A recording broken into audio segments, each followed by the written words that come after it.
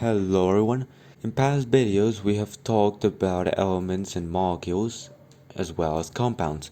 But how exactly do we get to the compounds using only elements, or how can we get to the elements using only compounds? Well, that is due to chemical reactions. We will find the reactants, which are the starting materials, with an arrow to indicate their conversion into the product, which are the ending materials, or what we would want to find. So one example is the creation of glucose. Which ones are the reactants? The reactants would be 6 molecules of carbon dioxide plus 6 atoms of water. These ones would be the reactants. Then it must be followed by an arrow. And lastly, the products, which is, glucose, with the formula of carbon 6, hydrogen 12, and oxygen 6, plus a remainder of 6 molecules of dioxide, which is composed of, 2 atoms of oxygen. In blue, I will signal the products. Is the equation balanced? We'll have to find that out really easily by putting all of the elements in both sides, right? So carbon, hydrogen, and oxygen. Now, carbon. How many carbon do we have in the reactants? Well, 6 multiplied by 1 is equal to 6. What about hydrogen? 6 multiplied by 2 atoms of hydrogen, that means 12. What about oxygen?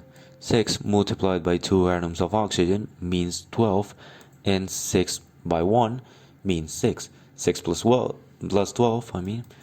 is 18. What about in the product? In the product we can find only carbon 6, hydrogen 12, and lastly the oxygen, which would be 6, and 6 by 2, which would be 12. 12 plus 6 is equal to 18. So is it balanced? Yes, it is. It is balanced.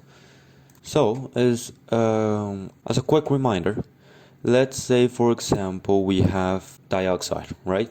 There are 3 parts of this element.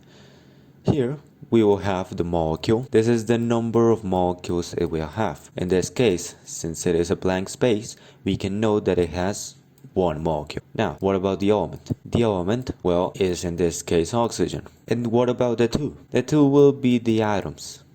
The atoms making part of the element, which is in this case oxygen. Molecules and atoms won't be the same. Now let's go with another example, this time using ammoniac. So, 3, remember what is this? Molecules, right? 3 molecules of diatomic hydrogen plus diatomic nitrogen, which, remember, if there is a blank space, what does it mean? Well, 1 molecule produces ammoniac, right? What is ammoniac? It is this, right?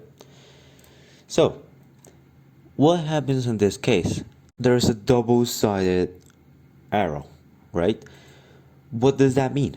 Well, that means that the reactants can convert into this product, knowing that the reactants are these ones, and the product is the ending materials, which would be ammoniac, but also the roles can be inverted. So for example, ammoniac can be a reactant, whilst these ones can be the products. Since if we try to dissolve the ammoniac, it will give us this exact same result. And if we try to, let's say, sum or combine these 2 elements, it will give us the ammoniac. Let's see if it gets balanced out. What are the 2 elements participating in here? Well, hydrogen and nitrogen. And in this other side, it would be hydrogen and nitrogen as well. Hydrogen, if you multiply 3 by 2, it will give us 6. And nitrogen, 2 atoms, right? 2 by 1 is 2. Now, in the hydrogen, we can find that there is 3, because 3 by 1 is equal to 3. And in the case of nitrogen, it would give us only 1. So, what would happen in this case? Of course, this isn't correct. This equation right here. Then what should we do in order to make it correctly balanced?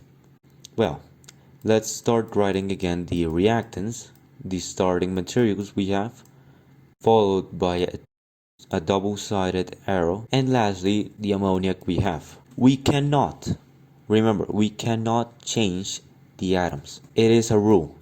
We only can affect the molecules or the coefficient before the element.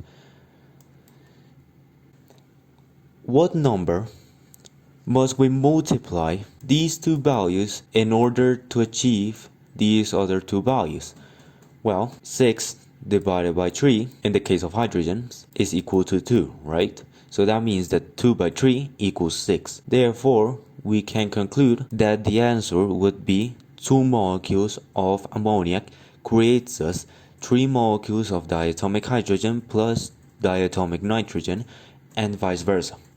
So this would be the answer for the chemical reactions and balanced out. Thank you all for listening to the explanation of today's video.